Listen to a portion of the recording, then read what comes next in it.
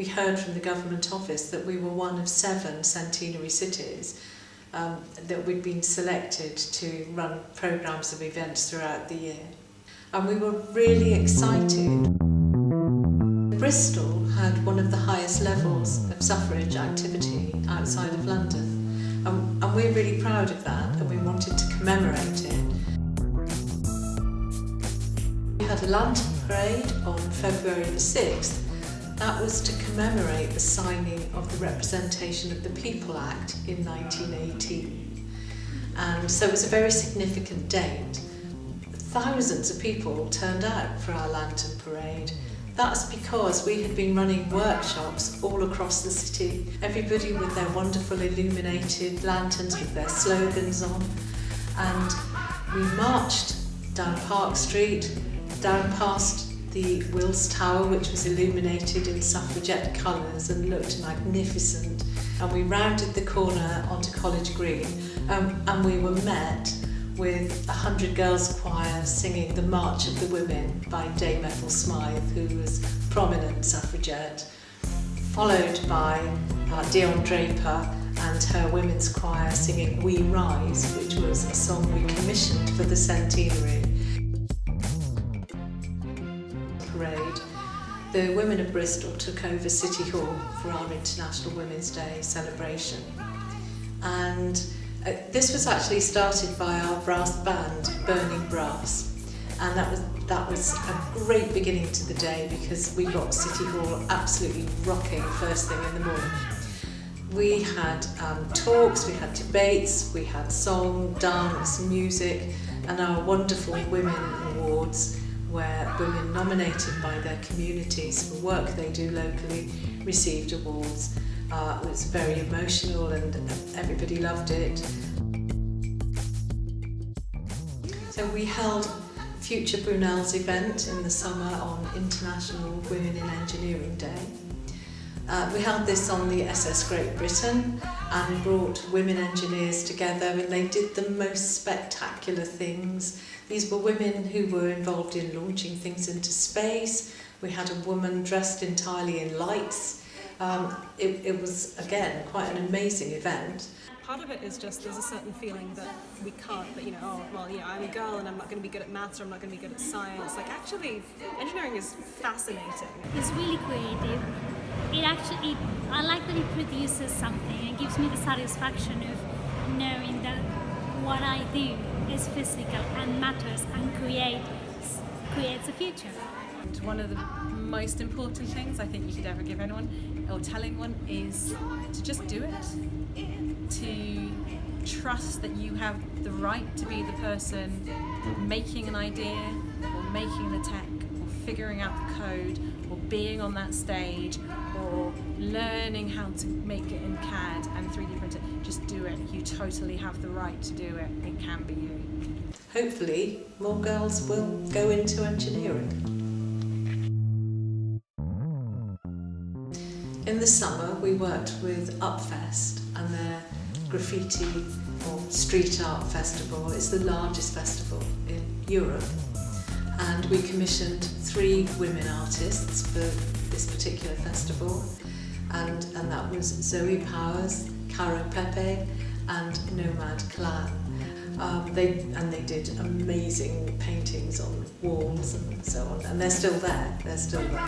There were so many women artists there, and this is a huge change, and why shouldn't women be street artists? Celebrate and recognise the contribution of black women to suffrage. As we know, this year is the 100th year since the first women in Britain were able to get the vote, and we really just wanted to reflect on what that meant for black women, not only around suffrage but also around women's rights, also about looking at a wider level in terms of what suffrage means to the black woman. Because unfortunately for some black women, suffrage and the whole idea of suffrage, that doesn't correlate to the black woman's struggle. So it was just interesting as a subject matter to see how we could actually celebrate that. A real opportunity for, kind of women to come together, in solidarity. It's really nice to see so many women of colour in one space and supporting each other, and especially seeing young artists, and also being a teacher. It's really so beautiful. I think that Black Women 100 is such a great event. Everybody's come with such a great energy, and it's really collaborative space. And I think it's really important to have these kind of events because, it gives, first there's an opportunity to network with people that, across sectors, across different parts of the city. It also gives us an opportunity to share visions, about how to move forward and improve women's rights. In politics, how representation of women in politics can be strengthened and how mentorship can happen as well. So that's all really, really good and interesting, I think. There was the historical angle with Sulu researching at quite an in-depth level this history that is otherwise hidden. So it would have taken a huge effort for her to get all that information out and share that with us. So very eye-opening there. The women that were mentioned that I'd never even heard about movements, never mind individuals. It's great when things like this make Black women visible, and it's a chance to actually hear about forgotten stories, about our histories, because we're all very different. And I just think putting something like this together, Sandra, Bristol Women's Voice, it was fantastic that they brought all of us together to do this event. I feel very pleased, proud to be part of it. Great one, Bristol Women's Voice. You've done good. We're one of the sponsors of Show of Strengths, Sarah Guppy, The Bridge, The Bed, The Truth, and it was a great evening. Kim Hicks, who plays Sarah Guppy, brought the whole role to life, and we learnt a lot about this extraordinary woman who was much more than an engineer. She was responsible for developing suspension bridges, although she didn't actually ever get to build our suspension bridge, but she certainly knew how to do that. And she did so many other things in her life. It made an incredible evening. And again, more women into engineering. Sarah Guppy and the Clifton Suspension Bridge, that's the conundrum, isn't it? She didn't design the Clifton Suspension Bridge. Sarah Guppy patented a bridge in 1811. That was 20 years before the foundation stone of the Clifton Suspension Bridge was laid. This is the first woman in the world to patent a bridge, and she lived right here in Bristol. So it's both it's a local story, but it's very big, much bigger than Bristol. There's a lot of the play. The play is fiction. Sarah Guppy, The Bridge, The Bed, The Truth. The truth is sort of in inverted commas, because the play is a fiction based on what we know, because so little survives. We've got some of her writing. We've got a wonderful drawing that she did of her.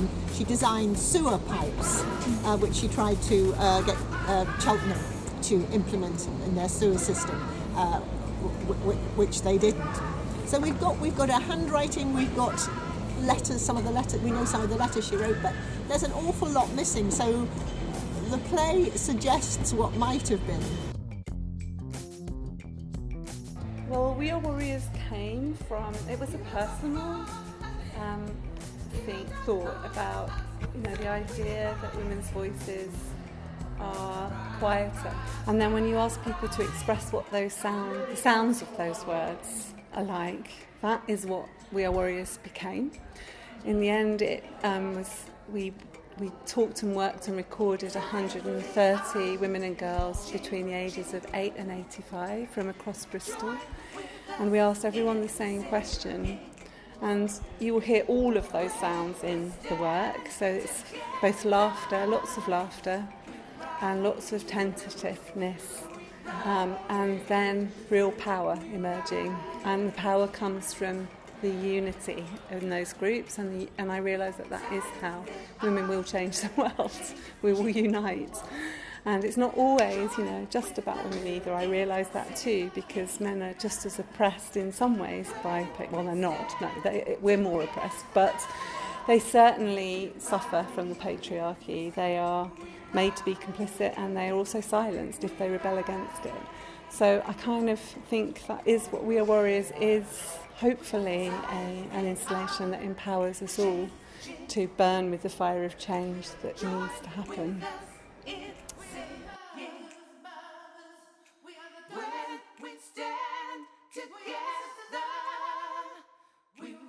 These fearless women paved the way for the rights we have today.